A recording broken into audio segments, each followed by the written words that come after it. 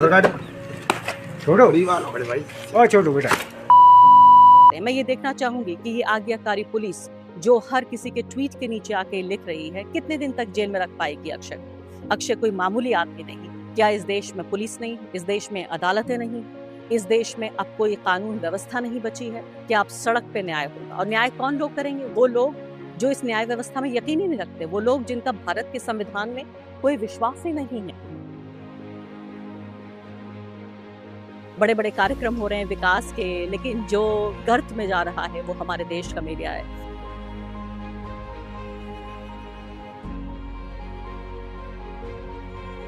समझ नहीं आता इस तरह के हालात पर हंसा जाए, रोया जाए। नमस्कार, इस खास कार्यक्रम में आपका स्वागत है। मैं हूं आरफा खानम शेरवानी। जी हाँ, स्वागत तो आपका जरूर कर रही हूं, लेकिन एक झुके हुए सर के साथ। ऐसा लग रहा है कि हमारे देश में जिस तरह का माहौल है और जिस तरह का एक सामाजिक वातावरण बन गया है, उसमें एक तबके को आप जो चाहें कह सकते हैं, जो चाहें कर सकते हैं, उसकी गरिमा को तार तार कर सकते हैं। दो वीडियो इस तरह के सामने आ रहे हैं। पहले एक वीडियो पे मैं चाहती हूँ आप ध्यान दीजिए। ये वीडियो बदायूं से आ रहा है। ये वीडियो ट्विटर पर, सोशल मीडिया पे वायरल हो रहा है। इस वीडियो में एक अक्षय नाम का ये व्यक्ति दिख रहा है, बाइक पे जा रहा है। फिर बाइक वो रोकता है और बाइक को रोकने के बाद वहां 3 लोग आपको सीधे तौर पर मुस्लिम कपड़ों में नजर आ रहे हैं। बुजुर्ग हैं वो, कम से कम अक्षय से तो उम्र में ज्यादा ही है। और उनकी बारी बारी से वो पिटाई करता है, उनके चेहरे पर थप्पड़ लगाता है। और यहाँ कहने की कोशिश हो रही है कि जाहिर है इसके पीछे कहानियां कई बताई जा रही हैं कि उसके रास्ते में आ गए थे ये लोग, उसको कोई बात नागवार गुजर गई थी। क्या वजह थी जो ये करने की कोशिश कर रहा था? ये व्यक्ति बजरंग दल का बताया जा रहा है। बदायूं की पुलिस, जो भी कोई इस पर ट्वीट करता है उसके नीचे आके बदायूं की पुलिस बड़े आज्ञाकारी तौर पर कहती है कि इस मामले में केस दर्ज कर लिया गया है और इस व्यक्ति को जेल भेज दिया गया है।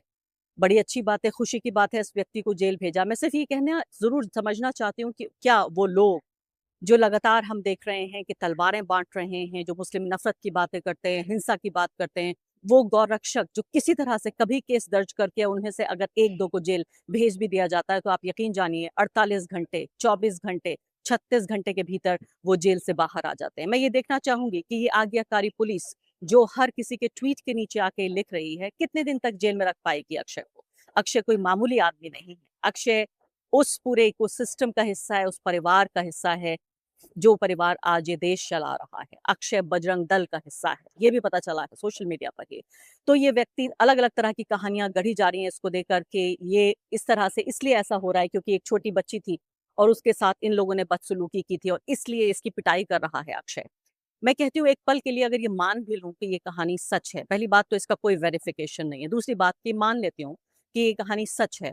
क्या इस देश में पुलिस नहीं, इस देश में अदालतें नहीं है, इस देश में अब कोई कानून व्यवस्था नहीं बची है? क्या अब सड़क पे न्याय होगा? और न्याय कौन लोग करेंगे? वो लोग जो इस न्याय व्यवस्था में यकीन ही नहीं रखते, वो लोग जिनका भारत के संविधान में कोई विश्वास ही नहीं है। वो पूरा संगठन जो सीधे तौर पर, जो मैं बजरंग दल का जिक्र कर रही हूँ, चाहे वीएचपी का जिक्र करूँ या आरएसएस की ही तमाम तरह की शाखाएं हैं, जिन लोगों का संविधान में यकीन नहीं है, वो सड़क पर न्याय करेंगे। तो आप ये देखिए कि एक बुजुर्ग, एक नहीं बल्कि 3 लोग हैं यहाँ पर, और तीनों की बारी बारी से, ये इतना ताकतवर व्यक्ति है कि बारी बारी से उनको थप्पड़ लगाता है, उनको जलील करता है, गाली गलौज करता है।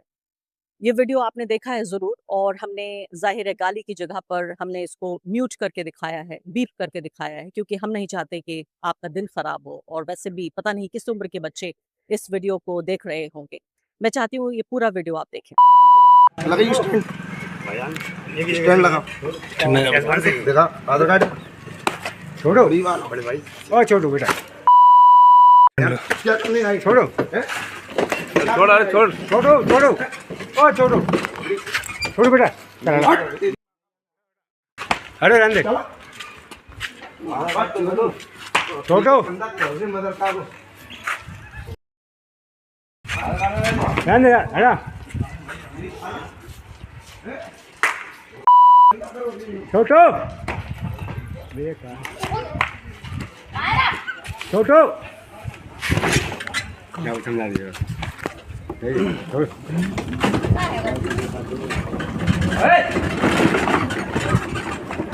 आया छोटू।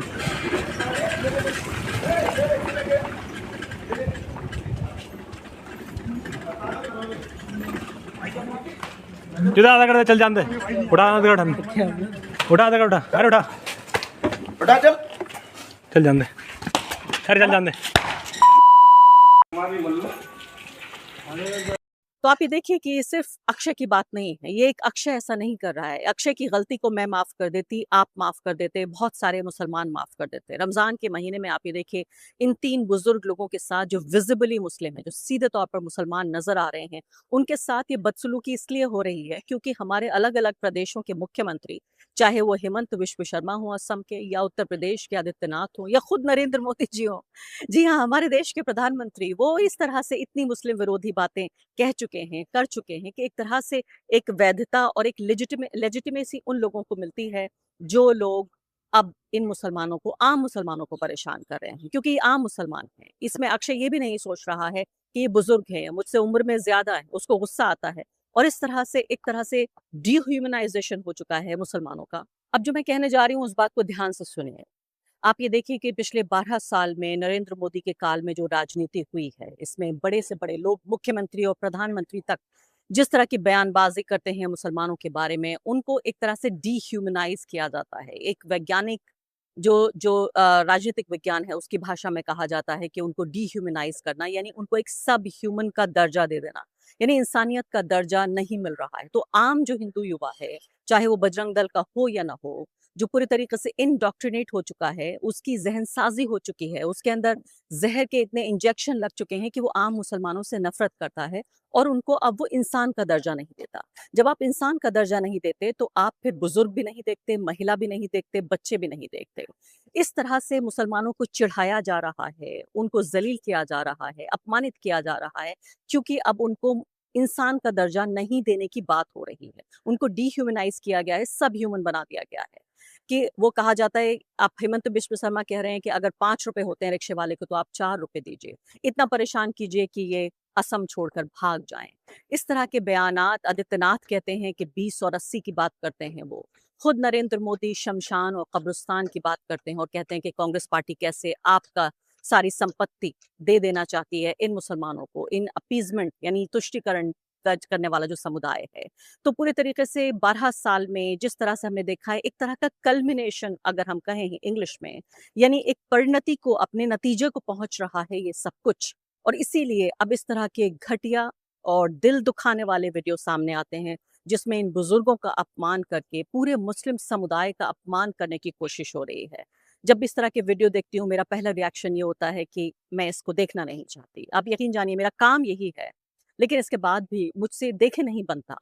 इन लोगों को, चाहे ये मुस्लिम नहीं, कोई हिंदू बुजुर्ग होते या ईसाई होते, मेरा यही प्रतिक्रिया होती। लेकिन जिस तरह से ये लोग खुद कपड़ों में जिस तरह के नजर आ रहे हैं, उससे पूरा मुस्लिम समुदाय एक तरह से दुख की भावना से घिर जाता है और एक खून खौलता है। आप ये सोचिए कि इनमें से अगर तीनों में से कोई भी वापस अक्षय को जवाब देता तो क्या होता? अगर कुछ लोग और जमा हो जाते तो क्या करते? अगर ये मारपीट होती, किस तरह का केस बनता?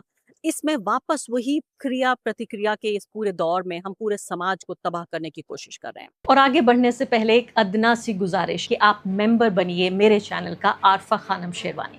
अगर आप मेंबर बनते हैं, आपके समर्थन से आप मेरा हाथ मजबूत करेंगे, इतना मजबूत कि मैं सत्ता का कॉलर पकड़ के सवाल पूछ सकूंगी और जो हमारे समुदाय में हाशिए के जो तबके हैं उनकी आवाज उठा सकूंगी। आप यकीन जानिए आपका एक छोटा सा सहयोग मेरे लिए इतना बड़ा होगा जिसके लिए आप अंदाजा भी नहीं लगा सकते। और दूसरा वीडियो मैं आपको दिखाना चाहती हूँ वो है हमारी पत्रकारिता के ताज़ा हालात को दिखाते हुए। अभी हेडलाइन देखिए अपने सामने, 160 किलोमीटर पर घंटे की रफ्तार से 55 मिनट का सफर होगा। पीएम मोदी दिल्ली मेरठ नमो भारत ट्रेन और मेरठ मेट्रो का शुभारंभ करेंगे।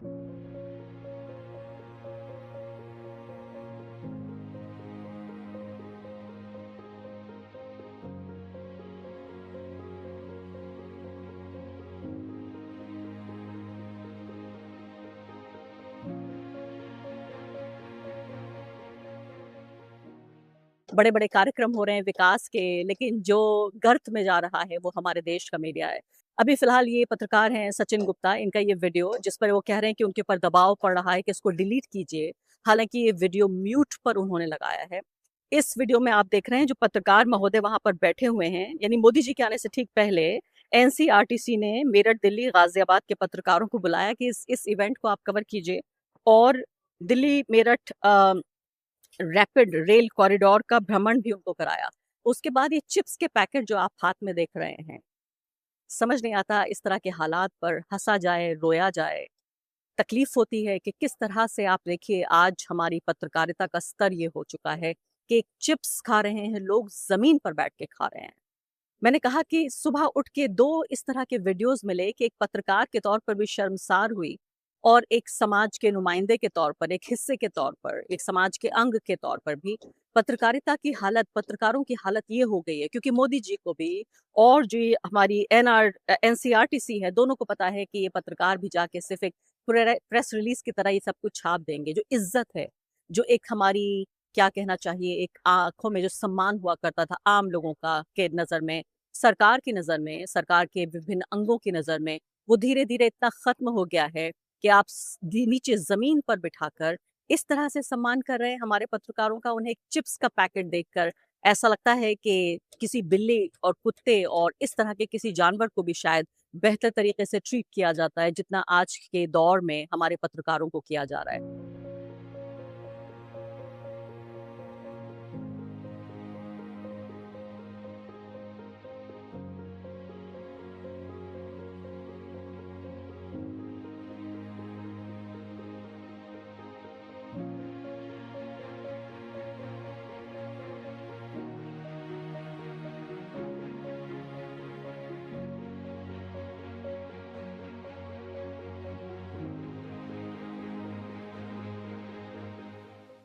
मुझे हैरानी इस बात पर कम हुई कि किस तरह से सरकार के विभाग ने चिप्स देकर पत्रकारों को बहलाया या उनको लुभाया या उनको ज़लील किया, पता नहीं, जो भी करने की मंशा हुई हो। लेकिन पत्रकारों ने इसको स्वीकार किया, उन्होंने इसको कबूल किया। उनकी गरिमा, उनके आत्मसम्मान के आड़े ये बात नहीं आई, इससे मुझे ज़्यादा तकलीफ़ हुई है।